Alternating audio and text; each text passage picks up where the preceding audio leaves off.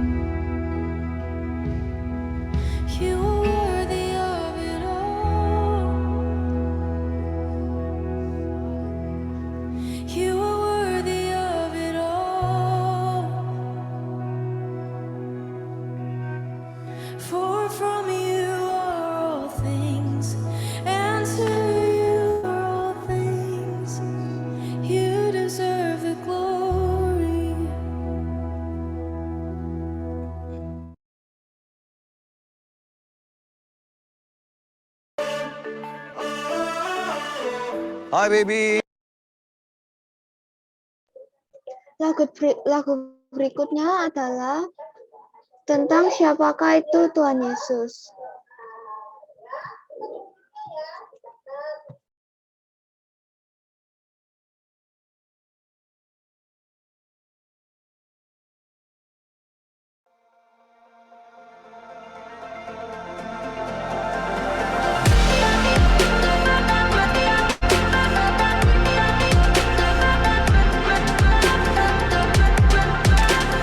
God our Father, Lord of all, great Creator, you hear my call. God our healer, God our strength, loving kindness is your embrace. You're wonderful, Counselor, mighty God, Prince of Peace, Emmanuel, everlasting Father. It's who you are, Jesus, friend above all friends.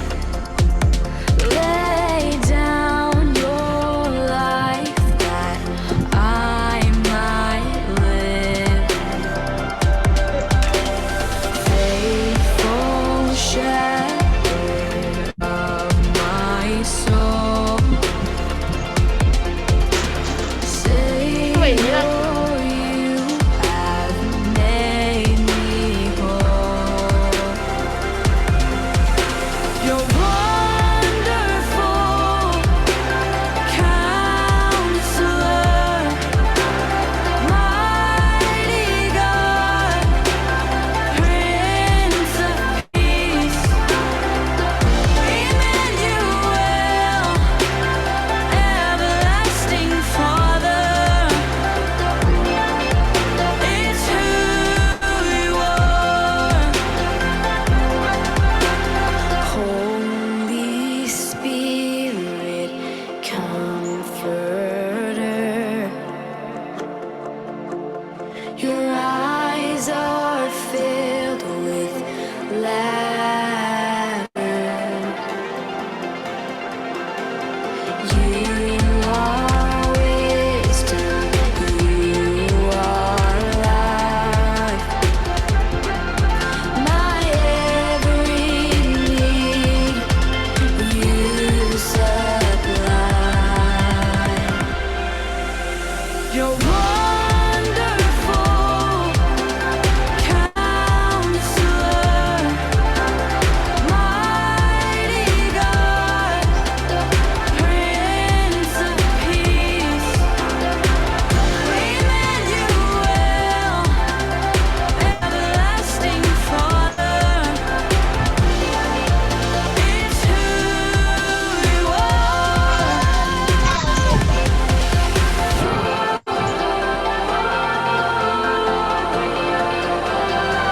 You're my friend, you're my Father.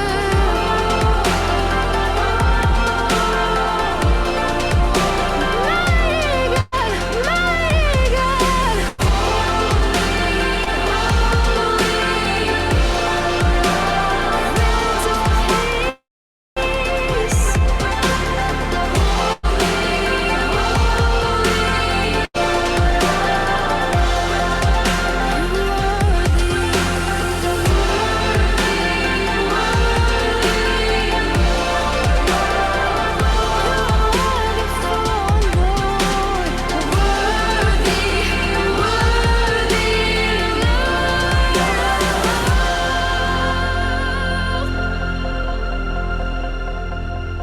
Kita firman, marilah kita berdoa. Tuhan Yesus, terima kasih telah kumpulkan kami di sini Tuhan, dan berkati kakak-kakak sekolah minggu yang akan menyampaikan firman-Mu. Tuhan, semoga firman-Mu menjadi baik dalam kehidupan rohani kami ya Tuhan. Thank you, Aini. Oke, semuanya shalom. Nah, seperti biasa, minggu terakhir di akhir bulan. Nah, minggu terakhir, minggu keempat, ya di setiap bulannya itu adalah special week. Nah, jadi sesuatu yang acaranya pasti sesuatu yang fun, ya, yang sangat fun. Nah, beberapa minggu lalu kakak-kakaknya sudah info ke kalian. Ya, kalau mau ada yang kasih pertanyaan, boleh silakan monggo. Karena apa? Karena minggu ini tanggal 24 April kita mau mengadakan apa ini? Bible Says. Nah, bisa. Oke. Nah, sudah 2 mingguan kurang lebih sudah terkumpul beberapa pertanyaan. Oke. Nanti pertanyaannya seru-seru banget loh. Oke. Pertanyaannya itu kritis-kritis luar biasa. Thank you buat teman-teman yang sudah kasih pertanyaan. Oke. Nah, nanti dari pertanyaan-pertanyaan kalian ini akan ada 2 kakak yang menjawabnya. Siapa saja kakaknya itu? Yang pertama adalah Kak Christine, yang kedua adalah Kak Gina. Ya, nanti pertanyaannya ini akan dijawab oleh mereka berdua. Oke. Nah, pertanyaannya apa saja? Yuk langsung ya. Kita mau sama-sama putar pertanyaannya. Kita mau ke pertanyaan pertama. Kira-kira apa ya? Tunggu, Kak Gina mau. Oke. Ding ding ding ding ding ding ding ding. Nah, pertanyaan pertama. Kalau tidak mati, kira-kira berapa ya umurnya Tuhan Yesus sekarang ini? Nah, ini adalah pertanyaan dari Matthew. Oke, untuk pertanyaan dari Matthew akan dijawab oleh Kak Christine. Silakan Kak Christine. Halo Matthew. Matthew ada di sini? Ada. Tahun ini saya 11 tahun. Oke. 22 tahun, soalnya masa itu Apa saya? Tuhan Yesus sudah lahir ya. Masehi itu dimulai dari tahun berapa? Kakak tanya sama Matthew. Matthew tahu nggak tahun Masehi itu dimulai Nggak dari tahu, tahun Kak. berapa? Dari Oh, Tuhan nggak Yesus tahu. lahir ya. Oke. Kalau Tuhan Yesus masih hidup sekarang, kira-kira rambutnya putih atau hitam atau umur berapa ya? Udah kakek-kakek gitu? Ini tuh warnanya hitam. Gimana? Rambutnya hitam, tetap hitam ya? Mukanya masih tetap seperti yang kita lihat di film-film nggak? Atau sudah opa-opa? Glowing nggak? Glowing. Oke. Ya, jadi kita kan memakai kalender Gregorian ya, dimulai dari 1 Masehi. 1 Masehi itu umur tahun pertama itu dihitung Yesus sudah lahir. Jadi Yesus lahir di tahun pertama. Tetapi sebenarnya Yesus itu lahir 5 tahun sebelum tahun pertama. Jadi 5 sebelum Masehi. Loh, Kak Christine kok tahu? Ada buktinya, teman-teman. Jadi kalau dihitung berapa? Dari tahun pertama sampai sekarang tahun berapa? 22. 2022. Ditambah 5 tahun sebelumnya. Jadi berapa? 2027. 2037. Wah, bayangkan. Tuhan Yesus kalau jadi manusia umurnya 2037. Wah. 2027 Ya, Kakak share ya. Masa umur sampai Ya, bayangkan ya. Rambutnya masih hitam dan masih ganteng Tuhan Yesus kita ya. Oke, Kakak share ya, tunggu sebentar. Oke. Wah, luar biasa ya kalau Tuhan Yesus masih hidup sampai saat ini. Umurnya 2000 loh teman-teman. Kira-kira cuma tiduran aja atau gimana ya itu ya? Oke.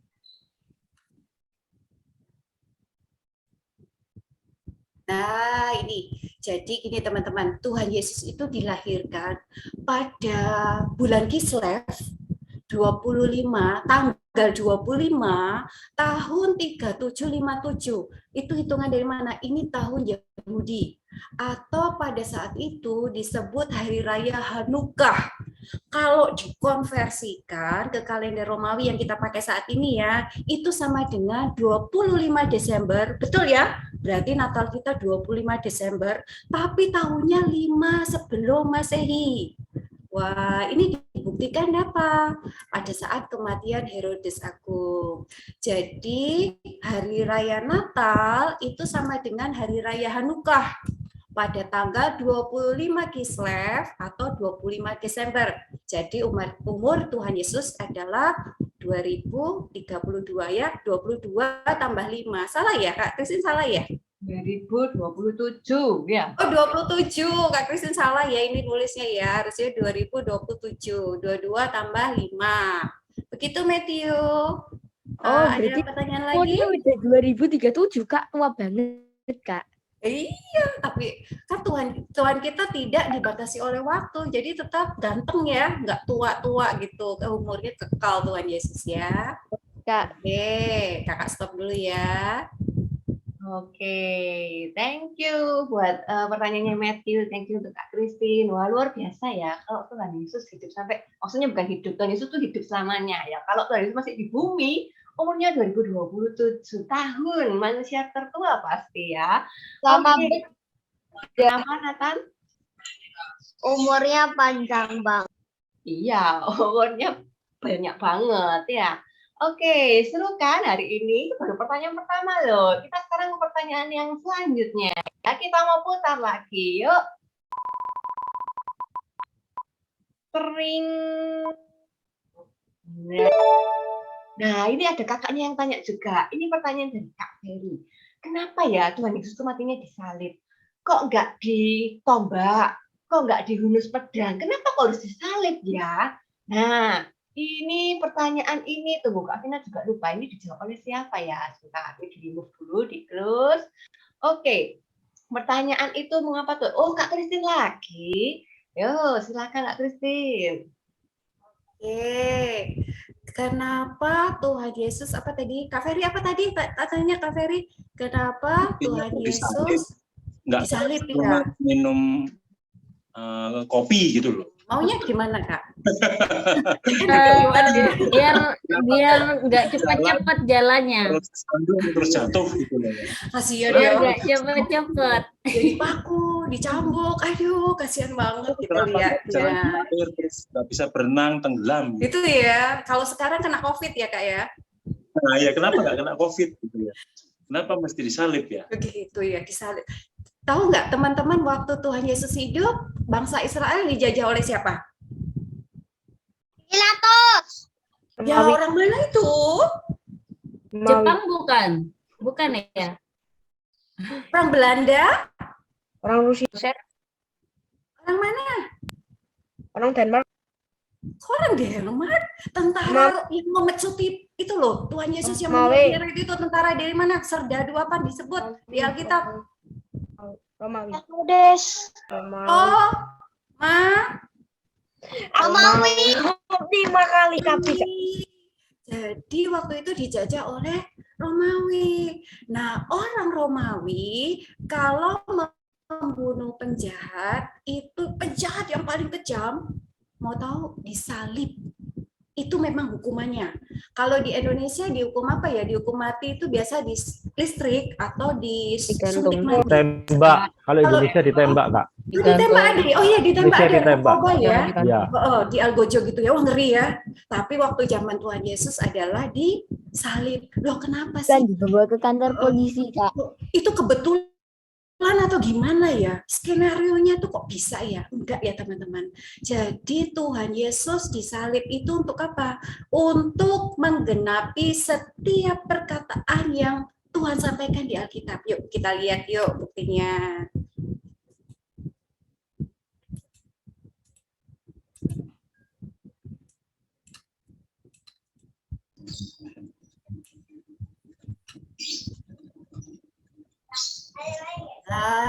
Ini jadi teman-teman di Alkitab itu sudah dikatakan loh, di Kejadian 3 ayat 15 ini. Nanti teman-teman baca ya. Jadi nanti itu ada keturunan perempuan Dan kepalanya itu akan meremuk. Nanti keturunan perempuan itu akan meremukkan kepalanya iblis, dan iblis akan meremukkan tumitnya. Nah, itu berbicara siapa? Tentang Tuhan Yesus. Kemudian Ishak itu tidak dibunuh Abraham. Jadi apa? Penggantinya Ishak? Tuhan sediakan apa? Domba. Yang disembelih, domba. Jadi Tuhan Yesus juga disebut domba. Domba untuk apa? Darahnya untuk menyucikan dosa kita. Kemudian di kitab Keluaran, waktu Allah itu mengampuni orang-orang Israel, tidak membunuh anak-anak sulung, tahu? Di pintu gerbang itu, di pintu rumahnya diperciki darah anak domba. Teman-teman nggak ingat ya? Ingat ya? Nah, itu berbicara Yesus itu anak sulung. Kemudian di kitab Bilangan, Musa membuat ular tembaga, menaruhnya di sebuah tiang. Ketika orang digigit ular itu, lihat salib itu, lihat ular tembaga itu sembuh. Sama kalau kita memandang Yesus, percaya kepadanya, kuasa iblis tidak berkuasa. Kemudian kitab Mazmur 22, bahwa Mesias akan menderita sengsara. Kemudian digenapi juga, Yesus akan tergantung di kayu salib. Kemudian di Yesaya 53 juga kedatangan Mesias itu nanti akan apa? Jadi hamba yang menderita. Jadi kematian Tuhan Yesus sudah digenapi dalam kematiannya di kayu salib. Jadi sudah dinubuatkan ya, teman-teman ya. Jadi bukan rekayasa, bukan karena kesalahan tentara Romawi. No, sudah dalam rencana Tuhan. Oke, Kak Ferry, puas ya? Kak Ferry mana ini? Oke, udah. Oke, luar biasa ya. Ternyata banyak sekali rahasia-rahasia di dalam Alkitab ya. Makanya itu rajin baca Alkitab, oke? Kalau nggak ngerti bisa tanya kakak-kakaknya. Kakaknya akan bantu jelaskan biar kalian bisa lebih mengerti. Oke, sekarang pertanyaan yang selanjutnya. Nah, kita masih ada 1, 2, 3, 4, 5, 6 pertanyaan. Lanjut, yuk. Sering. Nah, ini adalah pertanyaan dari Michelle Aini. Kenapa sih Tuhan Yesus itu kok disalibnya itu harus di Bukit Golgota? Kenapa kok nggak di bukit lain? Nah, bukit apa ya? Yang lain-lain loh, kok nggak di gunung? Kok nggak di sebelahnya lautan? Kok nggak di pantai? Kenapa kok harus di Bukit Golgota? Oke, untuk pertanyaan yang kali ini akan dijawab oleh Kak Gina. Silakan. Hai. Seru ya, banyaklah bertanya sehingga kakak-kakaknya ikut pusing ya. Oke. Kak Dina share screen. Thank you Aimi, pertanyaannya luar biasa banget loh, kalian ini membuat kakak-kakaknya terhura. Baiklah. Apa tadi ya pertanyaannya ya? Oke, Aimi ya. Oke. Apa sih? Kenapa kok disalibnya di Bukit Golgota, kok nggak di bukit lain? Ya, pengen aja, Aini. Sebentar, mana sih pertanyaannya? Yang di atas. Sabar ya, Bu.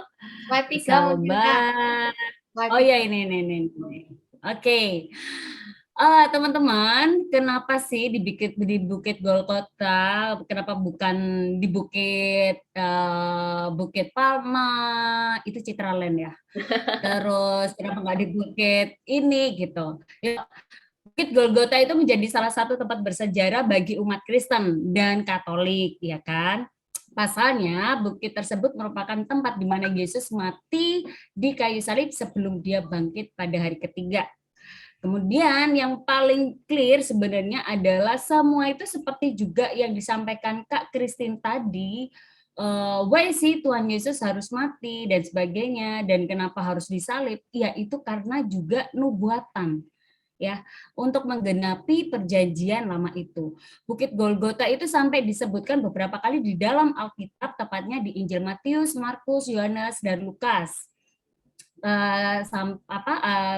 Tuhan Yesus mati di Golgota itu sudah dinubuatkan dan sudah disebutkan di Injil-Injil Matius, Markus, Yohanes, Lukas ini. Contohnya di Matius 27 ayat 33. Bukit Golgota sempat disebut, maka sampailah mereka di suatu tempat yang bernama Golgota, artinya tempat tengkorak. Kemudian ada di Lukas 23 ayat 33. Ketika mereka sampai di tempat yang bernama Tengkorak, mereka menyalibkan Yesus di situ dan juga kedua orang penjahat itu, yang seorang di sebelah kanannya dan lainnya di sebelah kirinya. Kitab Injil Yohanes juga menyebutkan sambil memikul salibnya, ia pergi keluar ke tempat yang bernama tempat Tengkorak. Oke. Jadi lokasi dari Bukit Golgota atau Kalvari itu nama sebutan lain ya. Bukit Tengkorak ada beberapa sumber itu mengatakan bahwa bukit ini diperkirakan terletak di area yang sekarang ditempati oleh Gereja Makam Suci di kawasan Kristen Kota Tua. Kalau di sisi lain menyebutkan bahwa bukit bersejarah ini berlokasi di Bukit Berbata. Berbata yang disebut Kalvari Godin di bagian utara kota Yerusalem. Kurang lebih seperti itu, Aini. Ini kurang lebih ini kalau diambil dari kepercayaannya Kristen Protestan ya. Karena memang ada bisa jadi hal yang berbeda dengan Katolik. Kurang lebih seperti itu, Aini. Apakah Aini sudah puas dengan jawabannya Kak Dina? Kalau belum puas, Aime boleh minum air jus dulu. Seperti itu, atau kakak-kakak lain boleh menambahkan, silakan. Kurang lebih tapi seperti itu, Aime. Sudah paham, Kak. Oke, thank you, Aime. Ini gimana caranya untuk membalikan ya? Oke. Thank you Kak Dina buat jawabannya ya. Jadi memang itu semua sudah dinubuatkan. Itu untuk menggenapi nubuatan yang sudah dikatakan oleh nabi-nabi lain ya. Maka dari itu kenapa kok semuanya harus seperti itu? Karena itu untuk menggenapi nubuatan. Oke, selanjutnya. Wah, ada 1, 2, 3, 4, 5 pertanyaan lagi. Waktunya sudah habis. Kita mau cepet ya. Nah, ini dia. Ini pertanyaan minggu lalu dari si Tommy. Oke, kita lagi mendengarkan firman, kemudian Tommy tiba-tiba bertanya, Kak, apa sih bedanya Bapa sama Yesus itu? Wah, oke. Nah, kita mau langsung jawab ya. Pertanyaannya dijawab oleh Kak Christine. Silakan Kak Christine. Tommy ada? Ada. Ya, kakak mau lihat Tommy mana Tommy? Kakak Tom, Tommy dulu. ini Tom, off cam, on cam. Itu loh, Kak Christine mau lihat dulu. Nah, ini dia si Tommy. Oh ya, Tommy. Hai, thank you pertanyaannya. Kak Christine tanya, Tuhannya orang Kristen ada berapa? 1. 1 katanya Kak. Oh 1. Siapa namanya? Tuhan Yesus. Tuhan Yesus. Tuhan Yesus, betul. Loh, kok ada Bapa, ada Putra, ada Roh Kudus? Siapa itu? Oke, kakak jelasin ya. Oke, kakak mau share screen ya.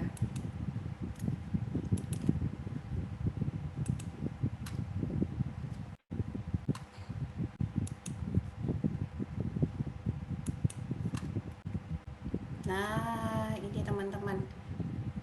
Jadi Allah kita itu ada 1. Namanya kita kenal di dalam nama Tuhan Yesus. Kita buka di Kejadian 1 ayat 1 ya. Di sana dikatakan ini bahasa aslinya tuh Elohim. Jadi pada mulanya Allah atau Elohim menciptakan langit dan bumi. Ya, kata Elohim sendiri itu artinya jamak. Teman-teman belajar bahasa Inggris ya. Ada jamak, ada singular. Ya, verbnya nanti kalau jamak ikut verb jamak juga kan ya. Kalau singular ikut singular juga. Verbnya kalau singular ada apa? Biasanya kalau present ada words. Ada S-nya ya, tambahannya seperti itu ya. sama belajar bahasa Inggris ya. Dan teman-teman biar tahu belajar bahasa Inggris kan ya teman-teman. Nah, di Kejadian 1 gini, pada mulanya Allah menciptakan langit dan bumi. Nah, Elohim itu ada 3 pribadi ya teman-teman. Jadi ada 3, ada Bapa, Putra, dan Roh Kudus. Menciptakannya teman-teman harusnya apa? Plural, harusnya jamak. Tapi di Alkitab dikatakan apa? Ini kakak tulis bara. Bara itu single. 3 menciptakan, kata single 1. Jadi Tuhan kita yang multi ini menciptakan pakai kata verb tunggal. Jadi Allah kita walaupun 3 tapi tetap 1. Kayak gini, kayak Kak Christine. Kak Christine kalau di sini jadi guru sekolah minggu. Kalau di kantor jadi karyawan. Kalau di rumah orang tua, Kak Christine jadi siapa? Jadi anak. Yang orangnya sama enggak? Sama. Sama. Yang berbeda apa? Jabatannya beda, tugasnya. Ya, kalau Tommy di sini sebagai apa? Murid sekolah minggu. Kalau di rumah jadi anaknya papa mama. Kalau di mana lagi? Di rumahnya opa oma. Di sekolah jadi apa? Misalnya jadi ketua kelas. Orangnya sama enggak? Enggak. Hah? Sama toh. Ya, sama ya, tapi beda. Yang berbeda adalah tugasnya. Jadi Bapak sama Tuhan Yesus sama enggak sih? Sama. Sama. Kenapa disebut Tuhan Yesus? Karena Allah yang tidak kelihatan itu mau jadi manusia. Nah, manusia itulah yang disebut Tuhan Yesus. Supaya kita bisa melihat kalau Allah kita roh. Bisa melihat roh nggak?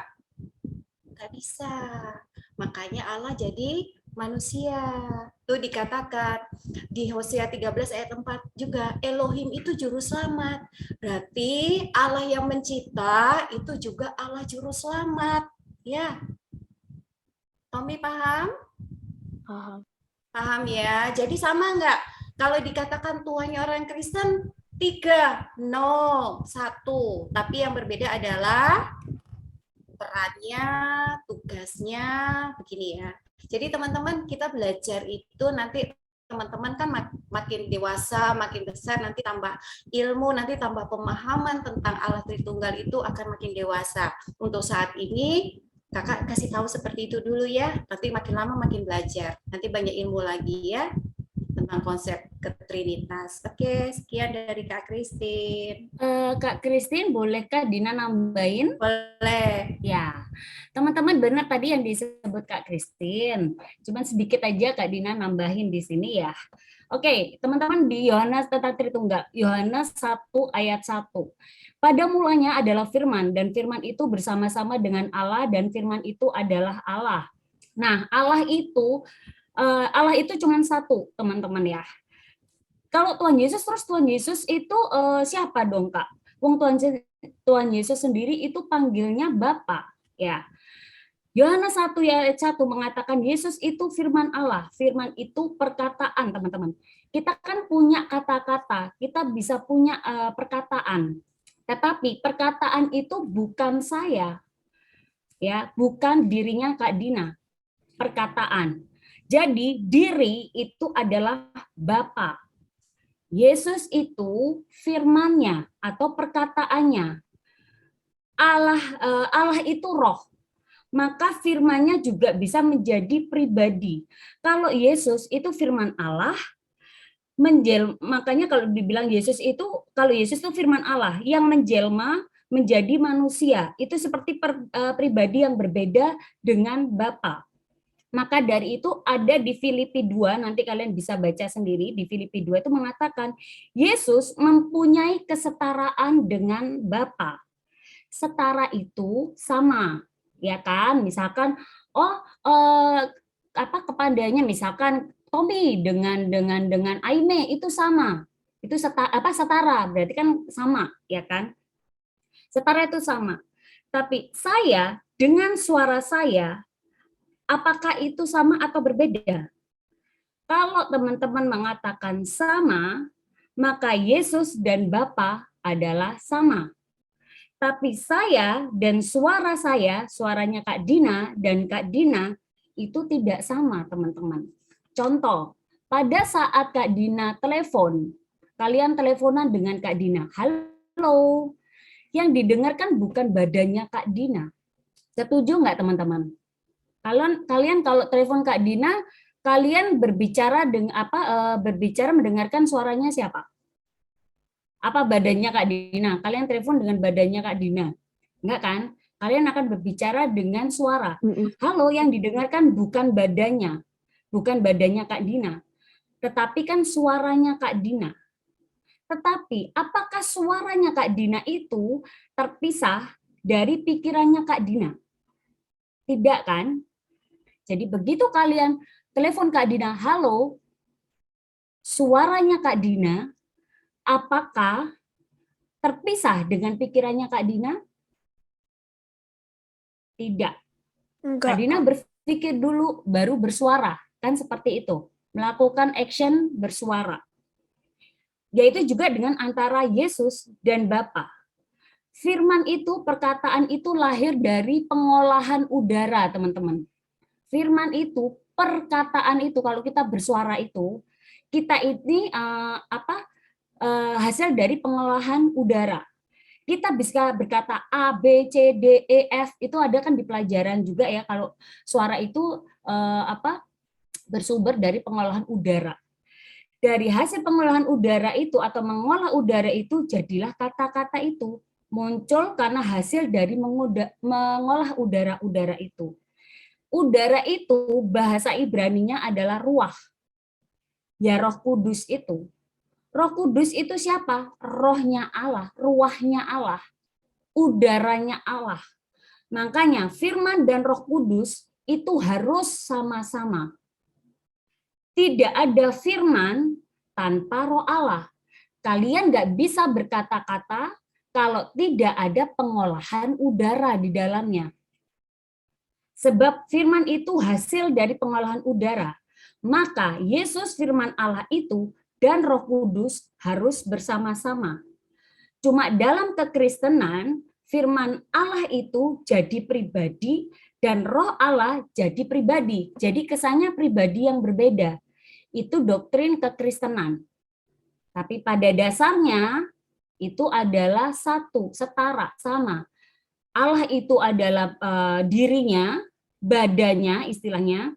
Ya, kemudian firman Allah itu adalah perkataan dari diri Allah, sedangkan Roh Kudus itu adalah pengolahan udara atau udaranya Tuhan Allah sehingga menjadi firman Allah, menjadi ABCD tadi. Jadi akhirnya jadilah yang kita kenal sebagai Trinitas. Tetapi Allah itu cuma satu, yaitu Bapa. Apakah Yesus itu Allah Bapa? Bukan. Tuhan Yesus apakah Allah Bapa? Bukan. Yesus itu adalah perkataan Allah. Roh Allah itu bukan. Bukan. Roh Allah adalah nafasnya Allah. Tetapi apakah pribadi jadi Trinitas itu apakah juga menjadi sebuah yang berbeda? Tidak bisa. Karena apa? Pribadi diri, perkataan, dan nafas harus menjadi satu. Itu tidak dapat dipisahkan. Jadi ibaratnya adalah orang telepon tadi. Kita telepon, kita mendengarkan firman Allah, bukan mendengarkan dirinya Kak Dina. Tapi saat Kak Dina menelepon, bersuara, itu ada pengolahan udara di sini, yaitu adalah roh, yang bahasa Ibraninya tadi ruah. Seperti itu teman-teman. Itu sih yang sedikit nambahin yang dari Kak Christine tadi. Thank you. Oke, thank you Kak Dina. Oke, buat teman-teman yang masih ada pertanyaan-pertanyaan, masih bingung-bingung, hari Sabtu itu ada Bible Study loh teman-teman. Ya, waktunya sebentar kok, cuma 45 menit gitu. Ya, bisa ikut bareng-bareng, ya bisa diskusi bareng-bareng di situ tentang Bible. Oke. Yuk, kita lanjut ke pertanyaan selanjutnya. Tinggal 4 pertanyaan nih. Yuk, kita mau lihat ya. Selanjutnya apa nih pertanyaannya? Oke, pertanyaan dari Aime lagi. Natal itu kan kelahiran Yesus, tapi di Alkitab kok tidak ada tanggal lahir Tuhan Yesus. Nah, ini tadi sudah sedikit dibahas sama Kak Christine kan. Kita mau kasih kesimpulan lagi ya buat Aime ya. Untuk yang saat ini akan dijawab oleh Kak Dina. Oke, silakan Kak Dina. Belum. Mute Kak Dina. Oke, ya sebenarnya juga sama yang dijawab Kak siapa? Christine ya, Kak Dina. Sedikit aja nambahin. Mana ya? Aime, where is? Mana ya? Mana sih? Oh iya, sebenarnya jawabannya itu apa sih? Di Alkitab pun tuh tidak ada di tanggal kapan Yesus mati dan disalibkan, toh juga nggak ada ya. Kalau bahasa gampangnya itu di Alkitab kan nggak disebutin kapan, tanggal berapa Tuhan Yesus mati, kapan dan tanggal berapa Tuhan Yesus disalibkan. Dan banyak sekali teman-teman sumber-sumber yang menyatakan ini dan itu. Ya banyak sekali. Kak Dina tidak bisa juga judge Kak Dina masih punya kekurangan untuk meneliti itu lebih lanjut, karena Kak Dina juga meneliti anak-anaknya Kak Dina, besok makan apa, masak apa. Jadi biarlah para ahli itu yang meneliti. Dari yang disebutin Kak Kristen tadi juga bisa disebut. Tapi teman-teman, satu hal lagi, dari berbagai macam penelitian para pesohor itu yang Kak Dina ambil mungkin adalah ini ya. Chrysostom itu mencatat bahwa waktu sensus itu sebagaimana disebutkan dalam Lukas 2 ayat 1 sampai 7. Sangat penting di sini bahwa adalah sensus pertama itu terjadi ketika Quirinius menjadi gubernur Suriah. Ya, Pak Chrysostom ini menunjukkan bahwa siapapun yang ingin mengetahui waktu yang tepat dari sensus dengan bebas mencari kode gitulah ya kuno yang disimpan di perpustakaan umum Roma. Ya, sedangkan Pak Chrysostom itu siapa sih? Beliau itu adalah pengacara terlatih pada waktu itu dengan pengetahuan pribadi tentang catatan pemerintah. Tokoh gereja awal kemudian menjelaskan tradisi Yahudi penyensoran bait suci di Yerusalem oleh imam besar yang memasuki ruang Maha Kudus hanya setahun sekali selama pesta Pondok Daun. Pada bulan September juga menunjuk pada kelahiran akhir Desember untuk Yesus. Ada yang menyebutkan Yesus itu lahir di sekitar September, November, seperti itu. Dan Injil Lukas, tapi di sini Kak Dina ambil yang Injil Lukas 1 ayat 8 sampai 15 menceritakan Zakaria memasuki ruang Maha Kudus untuk mempersembahkan dupa, di mana ia mendapat penglihatan tentang seorang malaikat Tuhan yang mengumumkan kepadanya kelahiran putranya, yaitu Yohanes. Nah, yang kita ketahui kelahiran Yohanes, kehamilan bapak ibunya Yohanes dan Tuhan Yesus, ya, itu hampir bersamaan. Segera setelah itu Elizabeth istrinya hamil. Chrysostom menunjukkan bahwa 6 bulan kemudian malaikat Gabriel menampakkan diri kepada perawan Maria dan mengumumkan kepadanya bahwa ia akan melahirkan putra, dan juga mengungkapkan kepadanya bahwa Elizabeth sepupunya sedang hamil 6 bulan. Itu ada di ayatnya Lukas 1 ayat 30 sampai 37, teman-teman. Nah, ini berarti bahwa jika Alkitab benar, Elizabeth hamil dan putranya Yohanes Pembaptis itu di akhir bulan September setelah hari raya Pondok Daun. Jadi Pondok Daun itu kalau di sana dirayakan sekitar di bulan akhir September. Dan Maria hamil 6 bulan kemudian di akhir bulan Maret. Jadi kan September, Oktober, November, Desember, Januari, Februari, Maret, 6 bulan setelah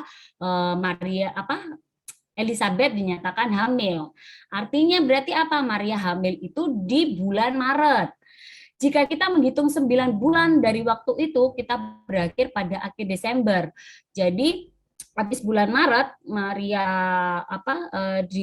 didatangin malaikat Gabriel, maka kan orang umumnya orang hamil itu sekitar 9 bulan 10 hari kurang lebih. Jadi setelah Maret, April, Mei, Juni, Juli, Agustus, September, Oktober, November, Desember. Ya, secara alami tidak mungkin sih sampai pada hari yang tepat ketika Yesus benar-benar lahir. Artinya maksudnya ya juga pasti nggak tepat-tepat banget. Itu kan masih kayak asumsi ya. Dan kepercayaan Kristen ini tidak bergantung yang Kak Dina kasih note di sini ya. Kepercayaan orang Kristen ini tidak bergantung pada ketetapan tanggal ya teman-teman ya. Namun imam itu menyatakan bahwa orang-orang Kristen abad keempat yang jauh lebih dekat dengan orang-orang yang telah mengalaminya daripada orang manapun saat itu telah menghitung waktu kelahirannya dan menyimpulkan dengan bahwa Desember itu sebagai bulannya. Maksudnya Kak Dina di sini itu caranya maksudnya Kak Dina gini, kenapa yang terakhir itu dibilang dari apa namanya pengumpulan informasi itu di catatan ini 4 abad terdekat dari proses kelahirannya Tuhan Yesus. Artinya, dan itu kayak lebih bisa dipercaya. Tapi Kak Dina kasih note ya di sini, itu masih semua yang ada di dunia ini, itu masih banyak pemikiran-pemikiran lain, termasuk mungkin pemikirannya Kak Christine ngambil ilmu itu dari mana.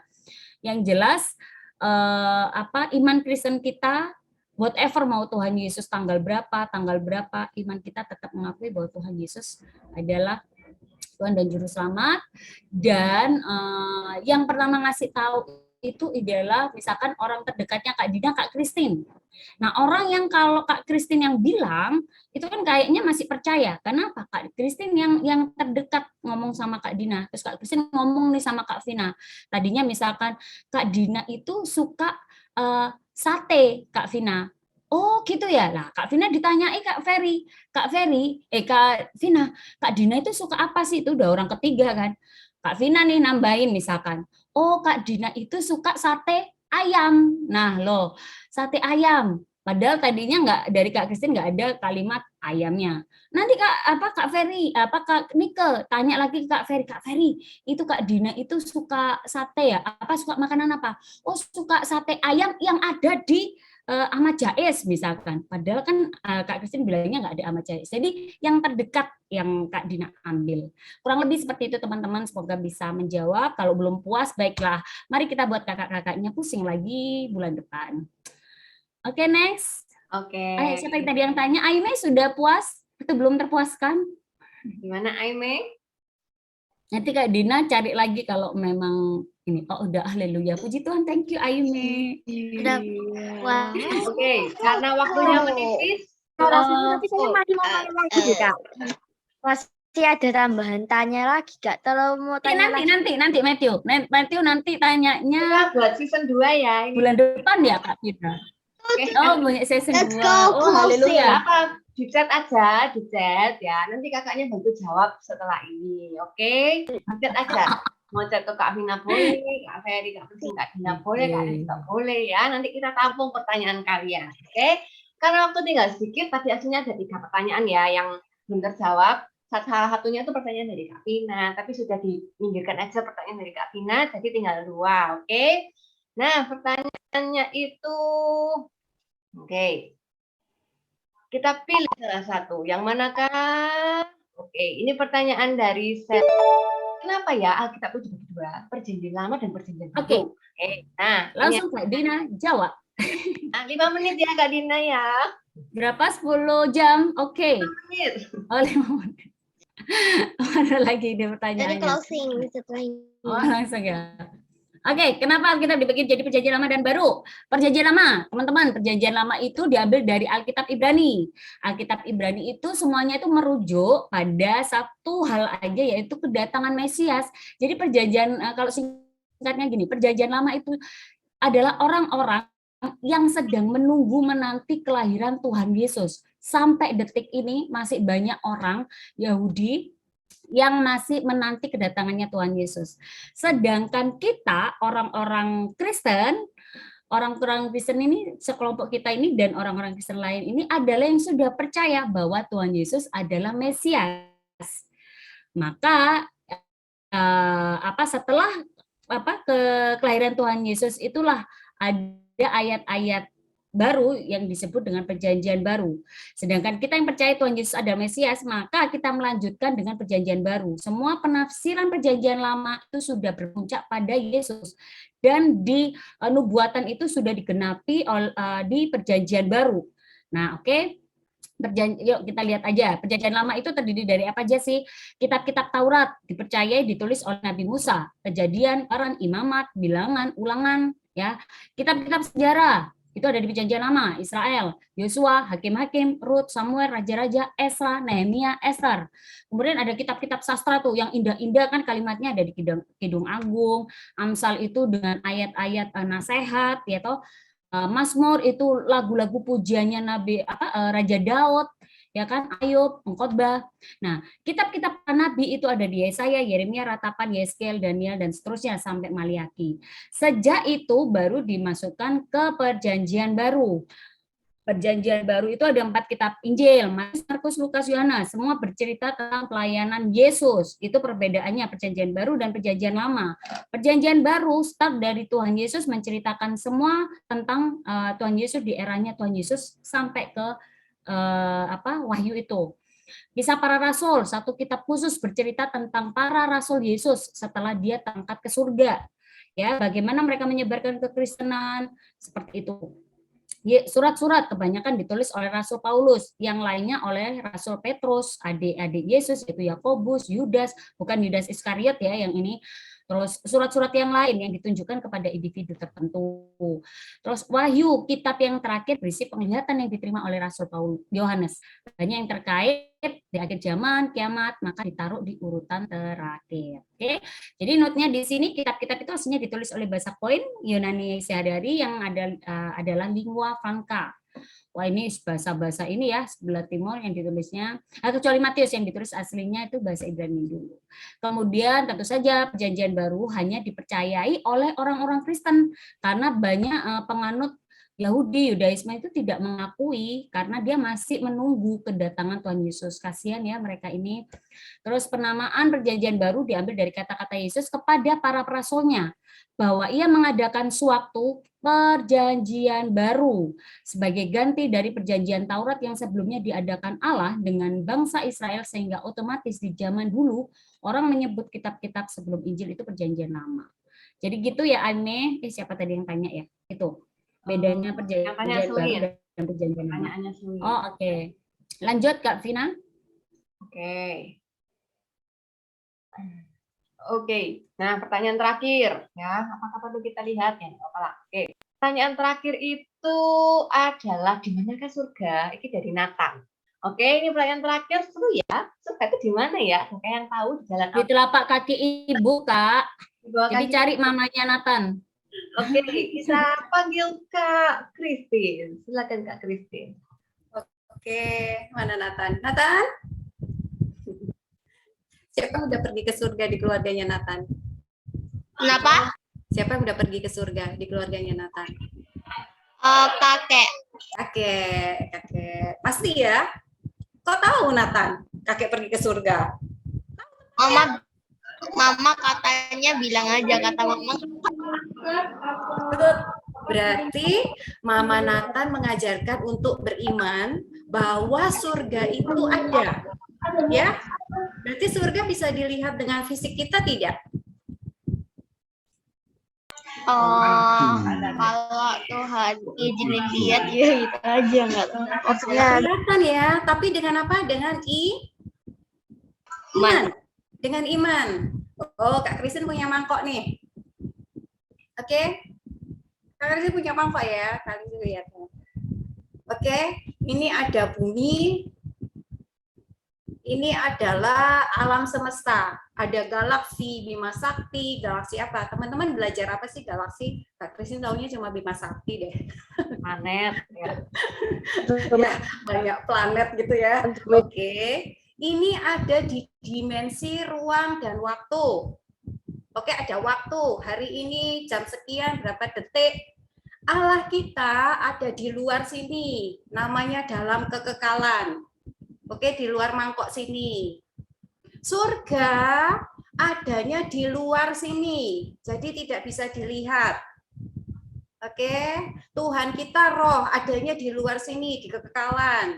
Yang bisa kita lihat adalah ketika Allah jadi manusia, jadi di dimensi ruang dan waktu, namanya Yesus. Nah, Allah menciptakan surga itu dalam kekekalan, berarti tidak bisa dilihat, hanya dilihat dengan iman. Ya, karena mata kita terbatas, mata kita tuh 5 indera kita ini terbatas, hanya dibatasi oleh ruang dan waktu. Kakak share ya, sebentar.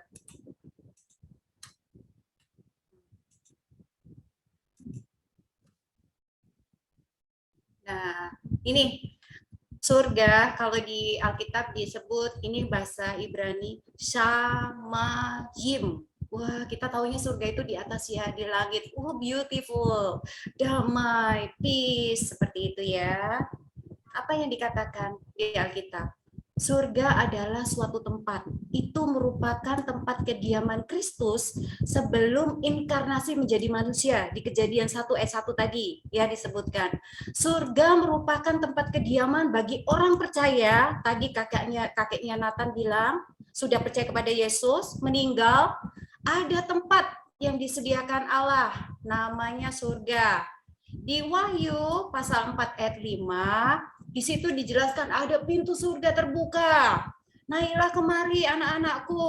Jadi dari ayat itu dikatakan surga itu suatu dimensi yang lebih tinggi dari alam semesta ini, yang tidak dibatasi oleh ruang dan waktu. Hanya melihatnya dengan iman.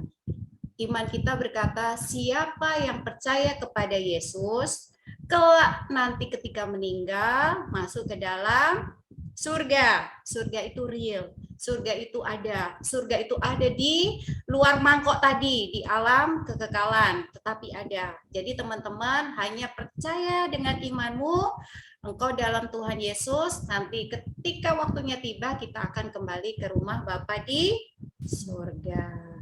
Jadi teman-teman ajak ya, yang belum percaya, ayo teman-teman kita percaya sama Tuhan Yesus, supaya nanti kita berjumpa kembali di surganya Tuhan Yesus. Sekian ya dari Kak Christine. Oke. Nathan, jelas? Jelas, sip. Oke, kalau teman-teman mau baca tentang surga, di surga itu ada apa? Nah, itu di Wahyu itu ada diceritakan oleh Rasul Yohanes. Oke, sekian untuk hari ini. Kita ada sesi yang terakhir, yaitu sesi doa syafaat. Ya, nanti Kak Arif akan bantu untuk job desk-nya. Waduh, suruh. Shalom teman-teman. Seru ya? Seru nggak sih kalau sesi yang tanya jawab ini teman-teman? Kalau menurut kakak seru banget loh, karena Alkitab itu sebenarnya banyak menyimpan pertanyaan teman-teman. Jadi kalau waktu firman, sering kakak sekolah minggu tanya, ada yang mau nanya?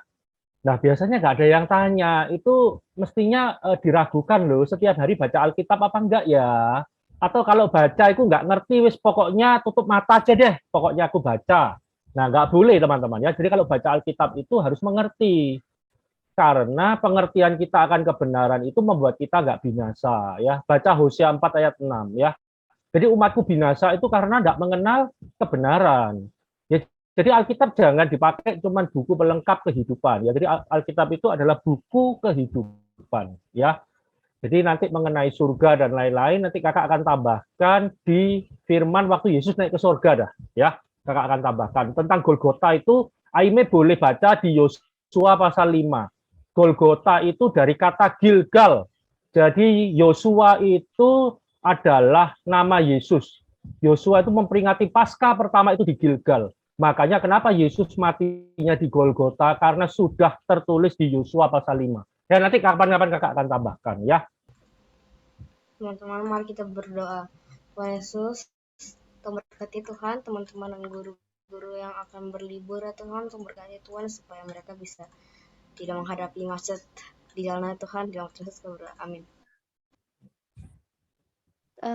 Teman-teman, mari kita berdoa Tuhan Yesus. Sekarang kita mau berdoa untuk ujian agar teman-teman yang lain yang sedang ujian sekolah atau ujian nasional bisa mengerjakan ujiannya dan mendapatkan nilai bagus Tuhan. Di dalam nama Tuhan Yesus kita udah berdoa dan mengucap syukur. Haleluya, amin. Tuhan Yesus berkati COVID Tuhan yang ada di Indonesia agar segera hilang ya Tuhan, dan semuanya juga kembali pulih ya Tuhan. Dalam nama Tuhan Yesus. Tuhan Yesus, kiranya Engkau memberkati kepada Bapak Pendeta, Bapak Gembala, dan kakak sekolah minggu.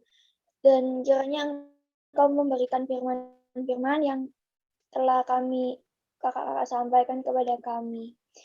Dan terima kasih atas Engkau yang berikan firman atas semua segalanya. Dan Bapa, Putra dan Tuhan kami, Yesus Kristus, amin. Tuhan, sekarang kami mau berdoa untuk bangsa dan negara. Tolong berkati supaya semua bangsa dan negara Indonesia bisa kembali pulih